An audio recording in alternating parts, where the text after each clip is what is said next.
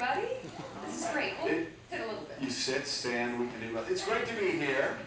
It was great when I heard somebody introduce me and said I was the first Republican elected since 1872. I heard some hisses over here. I have been brought up to always have goals in a family of very goal-oriented people. I have two brothers that are both extremely brilliant, a father who is a brilliant man in the foreign policy world, and a mother who's a brilliant artist.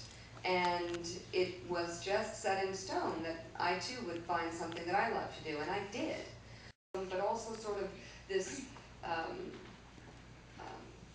unfair focus, or perhaps just what it is, reality, focus on looks and sexuality.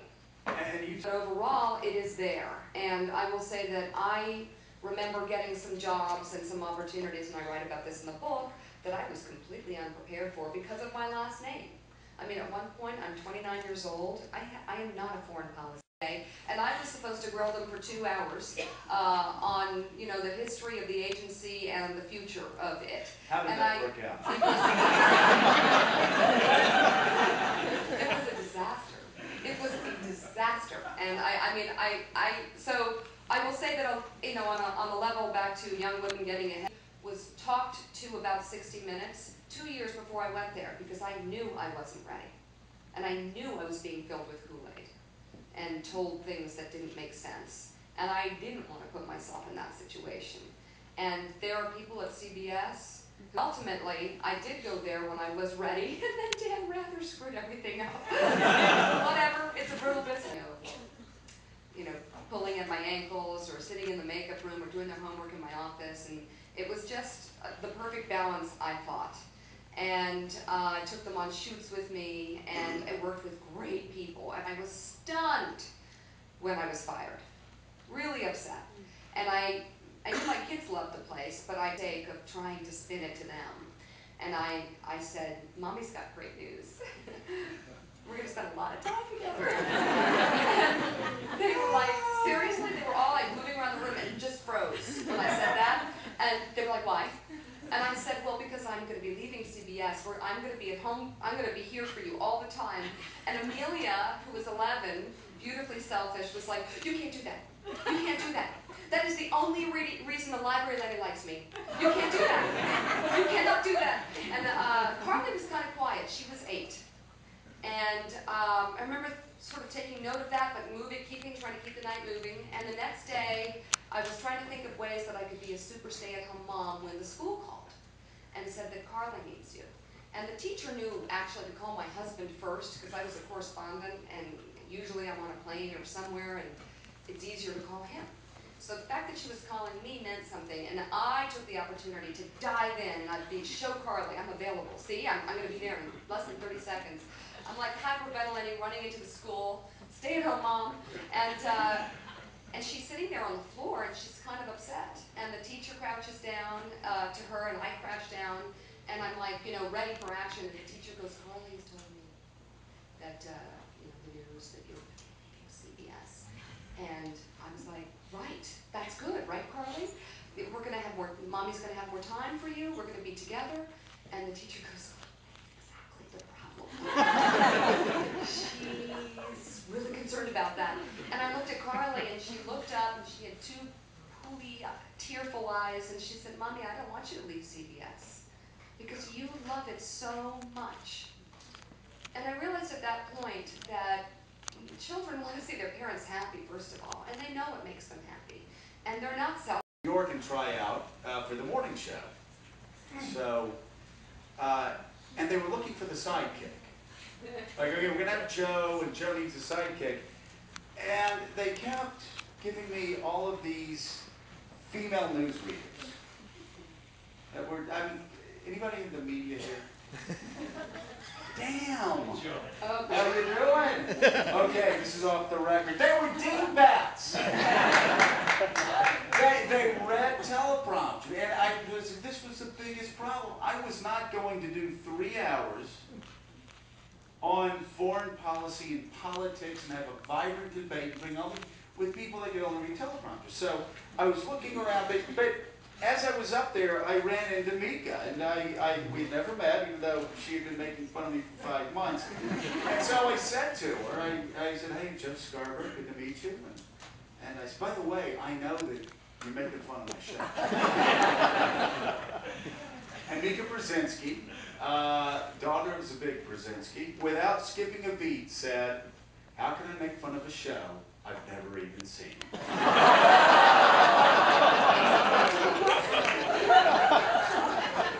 The next question out of my mouth was, "Would you like to be my co-host?"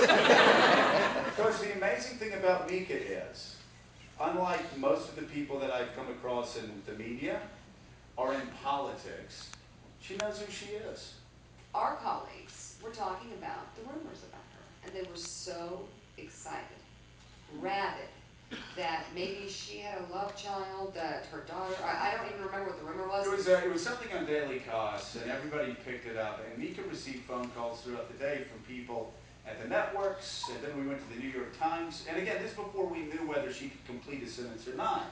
And nobody else knew whether she could or not. They just knew she was a first-term governor from Alaska, and they were savaging her. And they were saying to Mika, "My God, I hope these rumors are true. We hope she goes down." And what I saw there, it was shocking to Mika. That was shocking. within my own sort of world of media that I had grown up in for 20 years, and really hoped for a sense of objectivity, but felt there was a liberal worldview, a very one-dimensional worldview. What I saw was a real kind of example of that in bad form. And that was network producers and correspondents and high-level, very well-respected. I have an entire chapter uncovering that. Yeah. And you know, you don't like.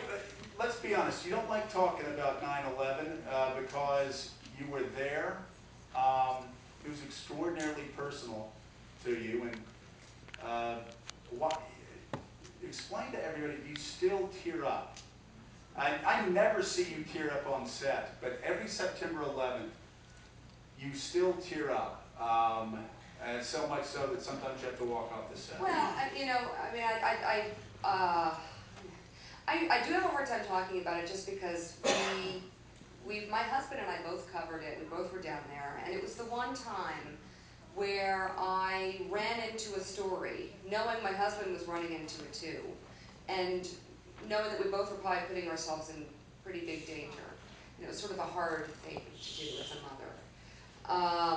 But with all the people that lost so much more, and we were impacted as a family, and we had some struggles after, but it's just sort of pales in comparison to the so many victims that family members and wives and sisters and daughters and brothers that I met.